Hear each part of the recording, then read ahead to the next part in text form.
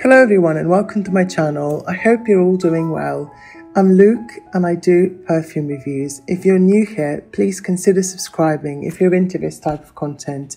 In today's video, I'll be showing you 7 fragrances that I consider elegant vintage florals. They're simply elegant, expensive smelling, luxurious, and they will make you smell like $1 million.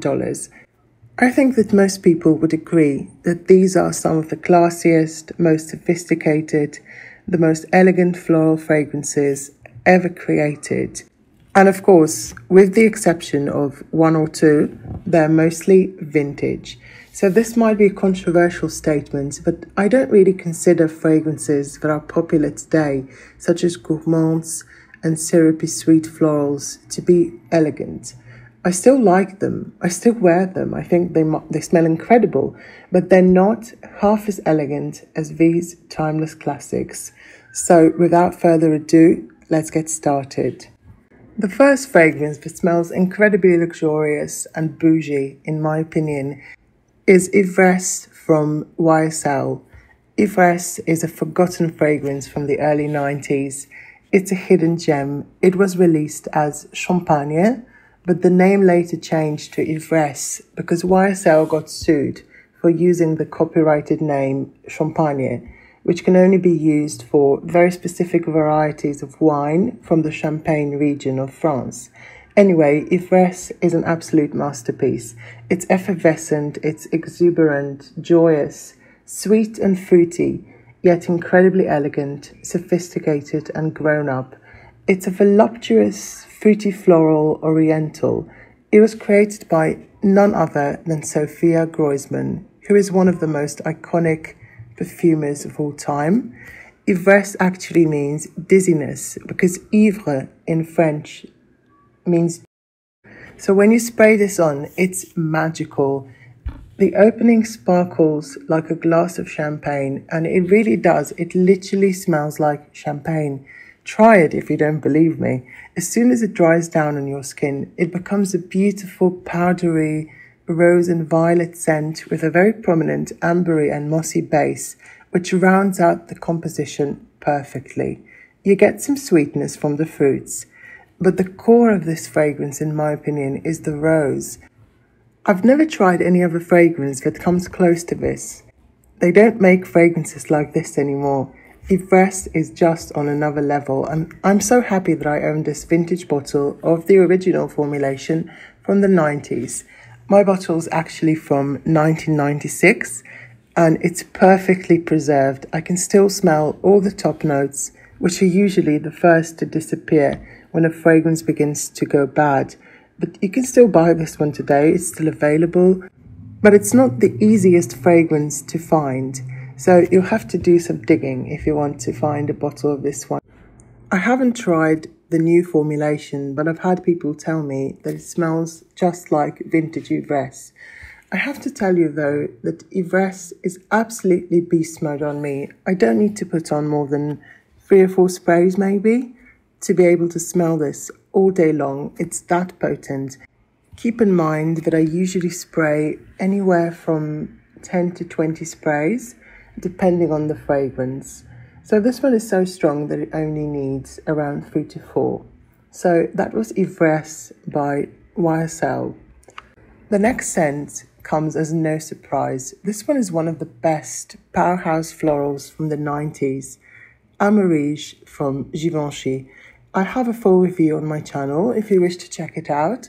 I'll link it somewhere on the screen. So Amarige is elegance in a bottle. What else can I say? It's a romantic floral. The name Amarige is an anagram of marriage in French, mariage. It's incredibly sophisticated. It's a scent of exuberance. It's incredibly opulent, heady. It smells like the 90s. It's a so-called larger-than-life white and yellow floral with a woody dry down, but the florals are the star of the show here. You can smell all the beautiful white and yellow flowers from the opening to the dry down. The main flower, however, is the tuberose. It's sweet but also green, fresh and quite realistic smelling. It's combined with other sweet white flowers like the narcissus, jasmine, the gardenia, as well as the beautiful powdery mimosa, which is the second strongest note in this fragrance. I also pick up on the fleshy fruits like the peach and the plum. I can really smell the peach for the duration of the fragrance. From the opening to its dry down, I can smell that sweet 90s style peach. And this fragrance is an absolute masterpiece. It was created by none other than master perfumer Dominique Ropion, who created this stunning floral fragrance and many, many others. As I said, Amarige is very floral, refined, luxurious, elegant, and very classy. Not everyone will appreciate it. It gets lots of hate in the perfume community, but that's okay. I know for a fact that many people here on YouTube absolutely adore this scent. Two people that come to mind, Veronica says she loves this. This is in her top 10 for life, if I'm not mistaken. And Gabby, the fragrantician, also really enjoys Amarige, if I'm not mistaken. She did a video on her entire Givenchy fragrance collection maybe 2 years ago. So yes, lots of people in the fragrance community enjoy Amarige and lots of people absolutely hate it. So it's a very polarizing scent. It's also really affordable, and the new formula, in my opinion, is still very good. I bought mine new last year, so I'm happy with it. It performs, it lasts, it has good sillage. So that's Givenchy Amarige, a powerful and sophisticated floral from the 90s. Moving on, we've got another incredible 90s floral that is a bit heavier on the vanilla than Amarige. It's slightly lighter, softer, and more wearable, but it's extremely elegant nonetheless. I'm talking about Allure from Chanel. You can call it Allure, you can call it Allure, whatever you want to call it. This is an incredibly elegant floral. It was a very recent purchase of mine, and I have to say, I absolutely love it. I was familiar with the scent before I bought it, but it was still slightly different than what I expected. Allure is a 90s style powdery floral with some vanilla in the base. Even though this has a prominent vanilla note, it's definitely not a 90s style vanilla heavy fragrance like Chopard Casimir, even though it has both the peach and the vanilla. It's also not overly strong on the peach, at least not to my nose. It's a true floral. I would describe it as a true powdery floral. I don't smell any individual floral notes because the perfume is so well blended, but they're supposed to be the May rose, the magnolia, the jasmine, peony, and the orange blossom. This fragrance opens very citrusy, powdery, and floral, but it dries down into a floral vanilla scent that's very warm, ambery, slightly woody, but still very soft, light, and fresh. And despite its lightness and softness, this is not a weak scent. This thing projects, and it lasts 10 hours on my skin without a problem. Like all Chanel fragrances, the scent is truly classy, sophisticated, and elegant. So that's all I'm going to say about Allure, because I have a full review on my channel that I posted last week. So I'll link it down below for you if you wish to check it out. So that was Chanel, Allure. Let's talk about another incredible, opulent floral from the 80s that smells like $1 million. This fragrance is on another level. It's luxurious, it's opulent, powerful, it's elegant, complex, very well blended, incredibly refined, but it does smell very vintage. There's nothing modern about it. If you're not into powerhouse florals and florientals from the 80s, you will recoil in disgust when you smell this. The fragrance I'm talking about is Ysatis from Givenchy. And Ysatis is a woman with a hairdo the size of her head, shoulder pads, and a big personality. Think Alexis Carrington from Dynasty, aka Joan Collins. This is that type of fragrance. it's loud, it's unapologetic, unforgettable, and powerful. To me, it epitomizes the excess of the 80s. It's incredibly complex. Yes, you get all the florals, mainly the tuberose and the ylang-ylang, but you also get a ton of other notes. And I won't really get into the notes because I don't have all day to read out all the notes for you. Again, I do already have a detailed review on my channel, so I'll skip the notes. I will say, though, that people in the online perfume community like to call this fragrance the everything but the kitchen sink floral, because it's true, because there's close to 30 notes in this composition, and I'm fortunate enough to own the original EdT formulation from the 90s in this stunning skyscraper-shaped bottle. And I have tried the new one, and I have to say it's nowhere near the vintage. This is extravagance in a bottle. This is so potent that you really don't need more than 3 or 4 sprays, because you will choke people out. You will choke yourself out if you spray 10 sprays of this. My family absolutely hates this one. I wore it around them once or twice, and they absolutely despised it. It's the type of scent that lasts until you wash it off. So if you apply this in the morning, it will be going strong in the evening. Givenchy Ysatis is a true vintage powerhouse that smells like luxury and elegance to me. Let me just add that I find this to be mildly animalic, so definitely an animalic fragrance. If you're not a fan of that, avoid it. So definitely keep that in mind if you're considering purchasing this amazing scent. If you do, I urge you to find a vintage bottle. They're not as expensive as some other vintage fragrances. I got mine on eBay. I want to say for around 40 or 50 pounds. So it was a bargain, basically, because this will last me probably a lifetime. I wear it a lot. I mean, I wear it at least once a month, but it's so strong that you just don't need more than 3 or 4 sprays. And this 50ml bottle will last me for years and years to come. Okay, the next fragrance is not technically considered vintage yet because it came out in 2010, but in my opinion, it smells like something that could have been released in the 90s. The fragrance I'm talking about is J'adore Allure from Dior, which is an expensive smelling floral vanilla scent. This is hands down the bougiest fragrance in my collection. It's not niche, but it is niche quality, without a doubt. J'adore Allure smells like $1 million.